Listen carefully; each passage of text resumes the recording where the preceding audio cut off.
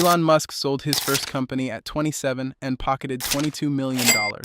Mark Zuckerberg was a billionaire at 23. You are probably around the same age right now, but you're likely holding a dish sponge with a big fat zero in your pocket and one single sentence looping in your head. How did I fall so far behind? You are not alone with this familiar feeling. I won't deny it. I won't brush it off by saying, "Oh, come on, you're not behind." But I will tell you this, that feeling is not telling you the truth. It is built on exactly 3 misconceptions. Today, we will uncover these 3 misconceptions step by step, and you will leave here with a concrete set of questions to transform that feeling of falling behind. Not with a motivational speech, but with numbers. On your way out, you will say, "I guess I'm not behind after all." You might even say, "I am actually early." If you find that too bold right now, let's talk again in 10 minutes. First, let's finish that Musk story because nobody tells the ending. Yes, he made $22 million at 27, but that money wasn't his peak, it was just a warm-up lap. Almost all of the wealth he has today came after his 40s. So even that rich 27-year-old guy story you saw in the thumbnail is actually the real deal happened much later story. But we always just see that first frame. Why is that? Here brings us to the first misconception. The first misconception: everyone succeeded younger than you. Think about it. Bill Gates founded Microsoft at 19. Steve Jobs founded Apple at 21. Zuckerberg founded Facebook at 19. You know these names by heart. But do you know the name of even one of the hundreds of thousands of people who founded companies in those same years, at that same age, with that same enthusiasm and went bankrupt? You don't. Because nobody reported on them. There is no headline that says, 22-year-old tried for 2 years, failed, and got a job again. Those who fail fade away silently. The handful who survive become headlines. And you look at those headlines and measure yourself. Had a friend in high school who was writing code at 16. Everyone used to say, "This kid will strike it rich before he turns 25. He dropped out at 19, built an app, and worked day and night for 2 years. The app didn't take off. Now he is 28, working a very ordinary job, and pay attention, he is quite happy with his life." But nobody made the news out of those 2 years of his. If it had taken off, it would have been a headline. Since it didn't, he became invisible. You are constantly being compared not to the invisible ones, but to the handful of people who made the headlines. Now let's look at this through the lens of statistics and numbers. You will see that the facts are very different from what we perceive. A group of researchers from MIT used official US census and business data to examine millions of founders one by one. The question was very simple. How old were the people who founded the fastest-growing, most successful companies? The answer is not 20, it's not 25 either. The answer is 45. The average age of founders who make it into the top 1 in 1,000 bracket of most successful companies is exactly 45. Moreover, the probability of a 50-year-old founder achieving a massive success is almost double that of a 30-year-old. The same research also states this. What determines success is not age, but experience in that field. So, being young is not the advantage you think it is. Most of the time, it's the exact opposite. Stop for a minute and let this sink in. Those hours spent in front of your MacBook setting up projects or testing new formats, these years you spend accumulating experience are not lost years. They are capital.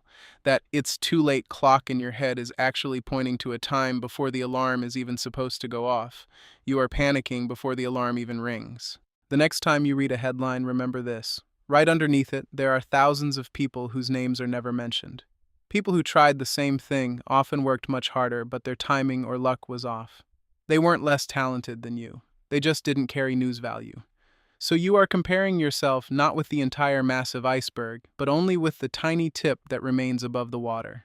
The second big misconception: the lives you see are real. Come on, let's take a look behind the scenes of social media.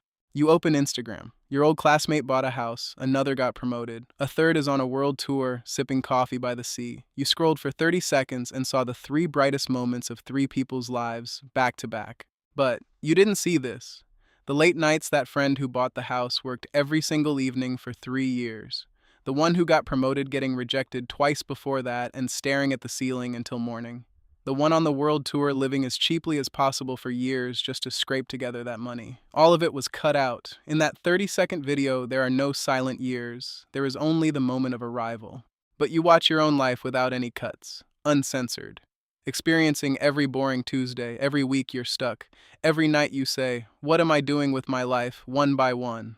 So, what are you doing? Do you realize it? You are comparing your own behind the scenes with everyone else's highlight reel. This comparison is rigged from the very start.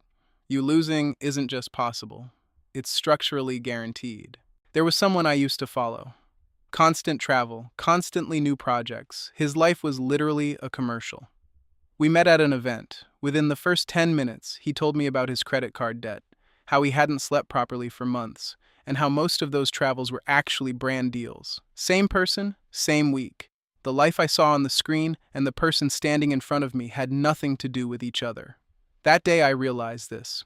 A feed is not a life, it's a storefront. And you look at that storefront and compare it with the inside of your own home. Let me add one more thing, because this is rarely talked about.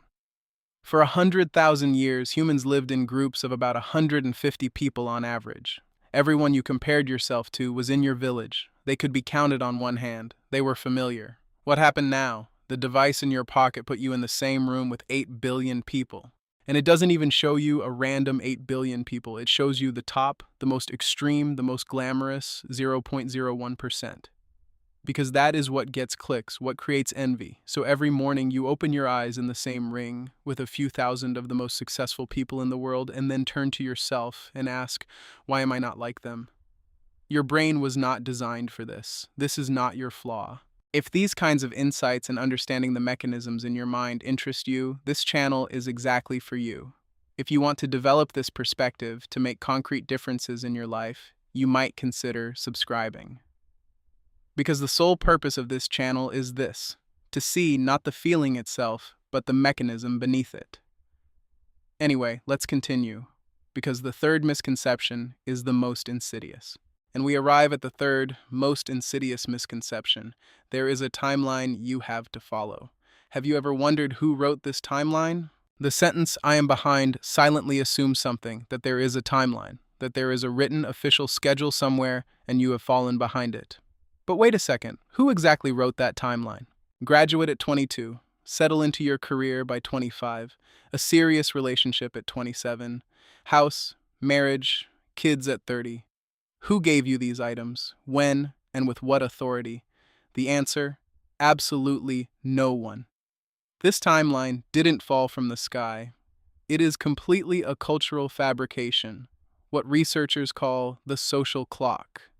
An invisible timer that society has installed in our minds, dictating this should happen at this age. The funny part is, this clock is different in every culture and shifts every decade. The things your grandfather did at 22 have easily shifted to 35 today. People are getting married later, buying houses later, establishing their careers later. And this isn't a problem, the timeline just changed. So the deadline you think you violated isn't even fixed. It is slipping right from under your feet, and you don't even realize it. There is also this. There is actually no such thing as doing something on time. What someone did at 22, you might do at 34. And maybe they will never be able to do that completely different thing you did at 34. No one's life progresses in the exact same order. The only ordered thing is that vague list in your head written by nobody knows who.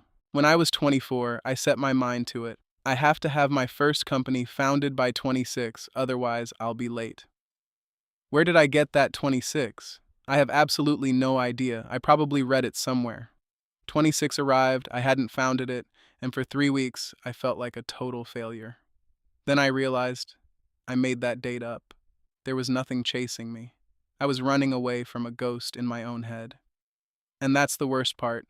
The finish line you're running toward is an illusion, but you're genuinely running out of breath. Now let's step back and look at all three together. The real issue reveals itself right here. 1. The examples you fear, meaning Musk, Zuckerberg, those 25-year-old CEO stories, are all exceptions. Statistical accidents, a few names that popped out of millions. Comparing yourself to them is like comparing yourself to someone who won the lottery. There is no answer to the question, why am I not as lucky as him? Because the question is wrong from the very beginning. 2. The lives you compare yourself to are not real. They're fiction. The brightest scenes lined up back to back, a trailer where all the boring and tough years in between have been cut out. You look at the trailer and say, why is my movie so slow? In reality, their movie is just as slow as yours. They just don't broadcast those parts. 3. The timeline you think you're late for is baseless. Nobody wrote it, nobody signed it, and on top of that, it's still shifting. Now I ask you honestly, when you take these three out of the equation, what is left of falling behind? Nothing concrete. The only thing you're left with is a feeling. The feeling is real, yes, it's completely normal to feel it. But a feeling is not proof. It is just a noise created by these three misconceptions acting all together. That's why the real question isn't, am I behind? The real question is, according to whose timeline, measuring by what, and comparing to whose fiction do I feel behind? These questions will lift that heavy curtain over the feeling, because most feelings dissolve the moment you shine a light on them. So what does all this mean? It means this: you're not behind. You're in the middle, in your own middle. And the middle has only one characteristic. Nobody's middle is ever seen in their video. Everyone's middle gets cut. Only the beginning and the end are broadcasted.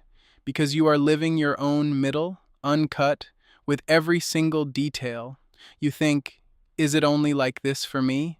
No, it's like this for everyone. Only theirs isn't being broadcasted. And don't forget this either. Your boring, unseen days today will one day turn into a how did they bounce back so fast story in someone else's eyes. Because they won't see your silent years either. They will only see your result. In other words, everyone is watching each other's trailers and no one likes their own movie. That's the game. Look, even that 22 million of Musk's was his middle, not his end. Almost all of Warren Buffett's wealth came after he was 60. The average age of the most successful founders is 45. Both numbers and examples say the same thing. You are not late, you are still in the middle of the road. And panicking in the middle of the road is exactly the thing that runs a person off that road. What really makes you lose is not the delay. It is completely quitting because of the I'm late feeling. My 25s and 26s felt like lost years to me for a long time. I tried a lot of new things, built strategies in front of the screen, attempted projects that failed, and I thought I was getting nowhere. But looking back now, almost everything that allows me to do the work I do today, I learned exactly during that lost period. Those years weren't wasted, they just bore fruit late. I couldn't see it then because I was right inside of it. You are right inside of it right now. That's why you can't see it, that's all. The next time that feeling hits, ask yourself one question. Which of these three misconceptions is talking right now? Just naming it drops the power of that feeling by half. A named misconception can no longer control you the way it used to. For years, I thought I was behind. I wasn't. I was just measuring the wrong thing. Don't just watch this and move on. Test it the next time you panic. If this shifted something for you, subscribe and leave a like so more people can find it. I'll see you in the next video.